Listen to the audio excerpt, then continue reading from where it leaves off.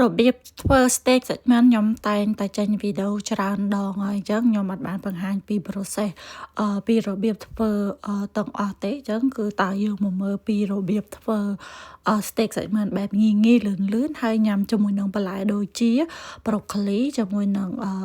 ត្លូងបារាំងហើយនិងសណ្តែកបារាំងធ្វើបែបហ្នឹងគឺឆ្ងាញ់មែនទែនញ៉ាំទៅលក្ខណៈថាដូចយើងញ៉ាំនៅហាងដែរអញ្ចឹងណាហើយប្រភេទ broccoli ហ្នឹងប្រភេទត្លូងបារាំងហ្នឹងគឺមុនយើងយកមកធ្វើអញ្ចឹងគឺខ្ញុំយកទៅស្ងោរសិន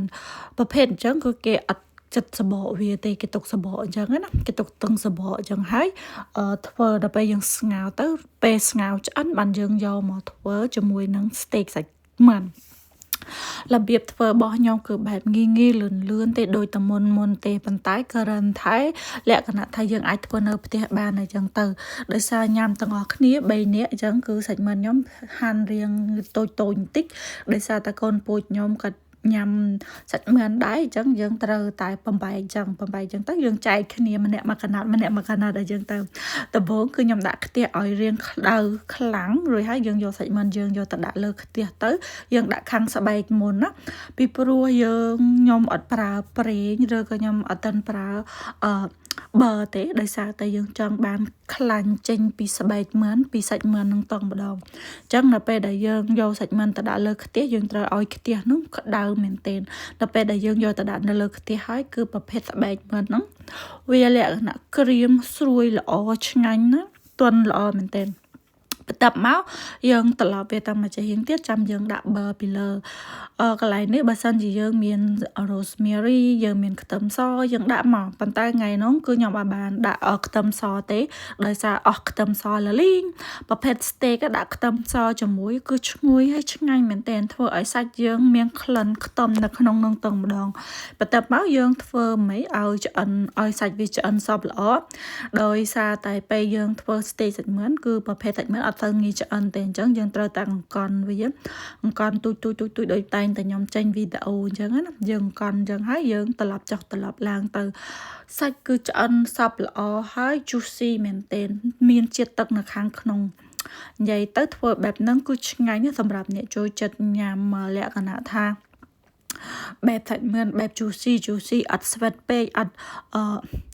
ត់លក្ខណៈថាអត់ស្ងួតពេកអញ្ចឹងនៅសល់មានទឹកអញ្ចឹងទៅបន្ទាប់មកគឺយើងលើកសាច់មាន់យើងទុកម្លាយសិនដោយសារសាច់មាន់យើងឆ្អិនហើយអញ្ចឹងយើងលើកសាច់មាន់យើងទុកម្លាយសិនមកពីព្រោះយើងត្រូវតែ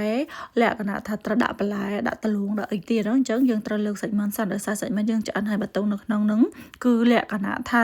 វាច្បល់ចូលគ្នាដូចឆាបាត់ហើយអញ្ចឹងយើងត្រូវលើកសាច់មាន់ទុកសិនបច្ចៈសាច់មាន់ហ្នឹងគឺឆ្អិនហើយទុកកាន់តែលក្ខណៈក្តៅញ៉ាំក្តៅក៏ឆ្ងាញ់ដែរបន្ទាប់មកយើងយកប័រដែលយើងចៀនជាមួយនឹងសាច់មាន់ហ្នឹងយើងយកមកចៀនជាមួយនឹងត្លូងបារាំងហ្នឹងគឺយើងបានស្ងោរវាឆ្អិនល្អហើយប៉ុន្តែយើងចង់ឲ្យវាឡើងពណ៌ក្រហមពណ៌ត្នោតល្អបន្ទាប់មកយើងដាក់ប័រថែមបន្តិចមកយើងរោយអំបិលម្រេចពីលើបន្តិចមកឲ្យមានរសជាតិឆ្ងាញ់តែម្ដងត្លូងបារាំងធ្វើបែបនេះហើយញ៉ាំទៅឆ្ងាញ់មែនទែនមានរសជាតិផ្អែមហើយមានអំបិលមានម្រេចនៅក្នុងនោះទៀតដោយសារយើងថែមប័រថែមអីចឹងណាបន្ទាប់មកមកទុកតាមសន្ធុះទៅបានហើយកុំទុកយូរពេកដោយសារតែត្លូងនឹងវាឆ្អិនហើយយើងគ្រាន់តែចង់បានពណ៌ឲ្យវាឡើង brown ល្អទេបន្ទាប់មកយើងយកត្លូងបារាំងយើងដាក់ទៅនៅក្នុងចានមកបន្ទាប់ពីយើងដាក់ត្លូងបារាំងចូលហើយយើងនៅមកតង់ទៀតហ្នឹងគឺស្ដែកប្រាំងហ្នឹងគឺខ្ញុំយកអាពពុះគេបកកយើងយកអាបកកមកយើងទុកឲ្យវាលាយតកកមកចាំយើងដាក់ចូលក្នុងខ្ទះទៅបើសិនជាយើងទុកទៅក្នុងយកអាតកកហ្នឹងយកមកដាក់ទឹកហ្នឹងវាឈុលមកផ្សែងភ្លើងចេញមកក្រៅអញ្ចឹងណាអូដូច chef ដូចក្នុងរឿងអញ្ចឹងតែប៉ុន្តែខ្ញុំខ្ជិលមែនដូចក្នុងរឿងទេចាត់ឆេតទេបន្ទាប់មកយើងដាក់ broccoli ចូលជាមួយនឹងហើយយើងឆាកន្លះមកយើងអត់ចាំបាច់ថែមអីទេដោយសារតែយើងមានប័រមានលក្ខណៈអំបិលមានម្រេចនៅក្នុងនោះស្រេចហើយថែមតែម្រេចបន្តិចមករួចជាការស្រេចបន្ទាប់មកយើងដាក់ទឹក sauce ចូលដោយសារតែប្រភេទបន្លែហ្នឹងគឺវាត្រូវការមាន sauce ឲ្យវាមានជាតិ ពេលយើងញ៉ាំទៅឲ្យវាឆ្ងាញ់ទាំងម្ដងអត់ចាំបាច់ជ្រលក់ទេទឹកសគឺខ្ញុំប្រើដដែលទេគឺទឹកខ្ទឹមបារាំងកាពិតគេមានទឹកសគេច្រើនណាមានដែលមាន glaser មាន steak sauce មាន lemon sauce និយាយទៅគឺមានច្រើនមែនទែនតែខ្ញុំជ្រើសរើសយកខ្ទឹមបារាំងព្រោះខ្ទឹមបារាំងគឺឆ្ងាញ់មែនទែនមិនថាយើងដាក់ទឹកជាមួយនឹងសាឡាត់មិនថាយើងមួយ steak ទេបន្ទាប់មកសធុហើយ